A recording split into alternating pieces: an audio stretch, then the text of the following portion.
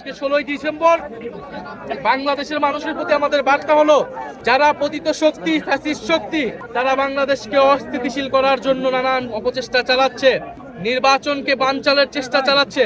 বাংলাদেশের মানুষ এখন চাই স্থিতিশীলতা, আইন শৃঙ্খলার স্বাভাবিক পরিবেশ। আমরা সরকারের প্রতি বারবার বলেছি, ওসমান হাদিকে যারা হত্যা করেছে, তাদেরকে যারা হত্যার চেষ্টা করেছে, গুলি চালিয়েছে, তাদেরকে এখনো গ্রেফতার করতে পারে নাই এই সরকার।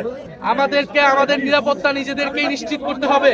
ফলে জনগণের মধ্যে আমাদের সেই সংগঠন লাগবে। জনগণকে আমরা আবার আহ্বান জানাবো, 5ই আগস্টের পরবর্তী সময়ে আমাদের নিজেদের নিরাপত্তা আমরা নিজেরাই নিশ্চিত করেছিলাম। তখন কোনো সরকার ছিল না, পুলিশ ছিল না।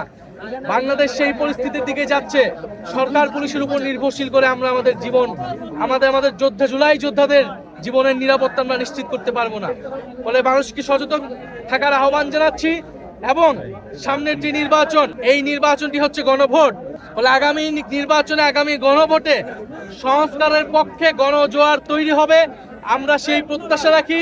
এনসিপির যারা এমপি পদপ্রার্থী রয়েছেন, তারা সংস্কারের পক্ষে, হ্যাঁর পক্ষে শাপলাকলি নিয়ে জনগণের দরজায় যাবেন।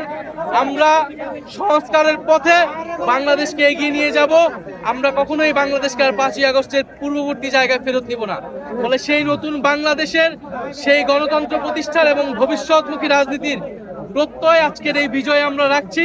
এবং বাংলাদেশের জনগণের প্রতি আমাদের এই আহ্বান থাকবে যে আমরা ঐক্যবদ্ধ আছি 71-এর দালালদের বিরুদ্ধে, 24-এর দালালদের বিরুদ্ধে।